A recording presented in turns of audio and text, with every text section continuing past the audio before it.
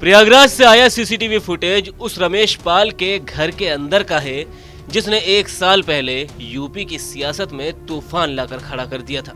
दरअसल करीब साल भर पहले प्रयागराज में उमेश पाल और उसके 2 सरकारी गनरों की दिन दहाड़े गोली मारकर और बम से मौत के घाट उन्हें उतार दिया गया था। मामले में माफिया अतीक अहमद के बेटों और गुर्गों का नाम सामने आया था। उस घटना के करीब 1 साल बाद मंगलवार की शाम किसी अज्ञात शख्स ने देसी बम से हमला कर दिया। सीसीटीवी फुटेज में साफ देखा जा सकता है कि घर के परिसर में बनी गौशाला में किस तरह से देसी बम से दहशत फैलाने की कोशिश की गई। उमेश पाल की पत्नी जया पाल इसे उनके परिवार को खत्म करने की एक गहरी साजिश बता रही है। नहीं, सुरक्षा में कोई चूक नहीं है। अब ये जो है विषय ऐसा हो गया है कि होली के समय दिवाली का माहौल बना है या फिर बम का, या हम लोग को डराने का है, क्योंकि ऐसा हादसा हो चुका है जी। सड़क पे वारदात हुई, हमारे पति की हत्या हुई। क्या इस तरह से आसपास के लोग हमको डराएंगे या फिर हमको मारना चाहेंगे कि हम लोग खत्म हो जाए।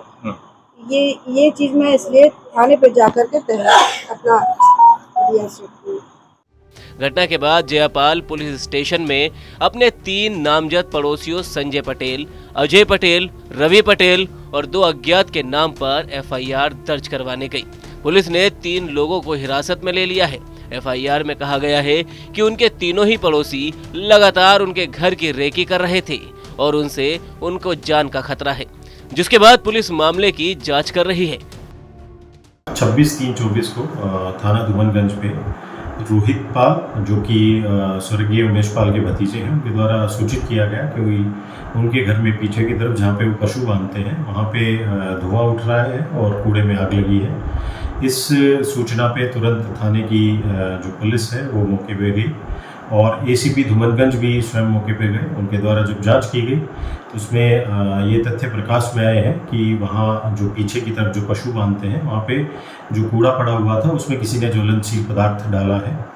और जो शक है इसमें, जो इनके द्वारा जाहिर किया गया है वादी के द्वारा, वो इन्हीं के पड़ोसी संजय पटेल और उनके अन्य साथियों पे किया है।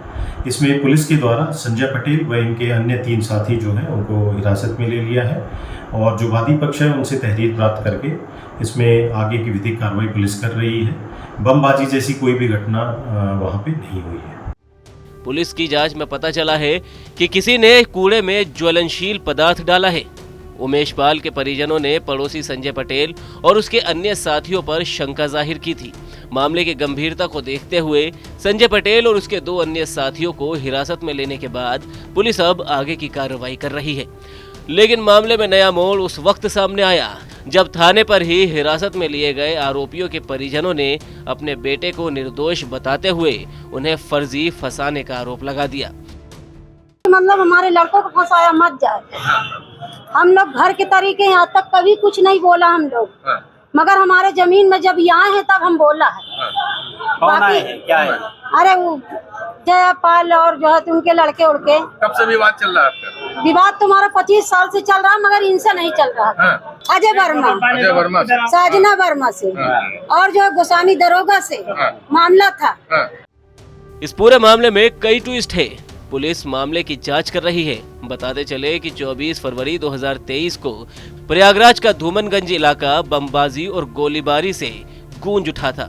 इस दिन राजूपाल हत्याकांड के मुख्य गवाह उमेश पाल की घर के बाहर गोली मारकर हत्या कर दी गई थी।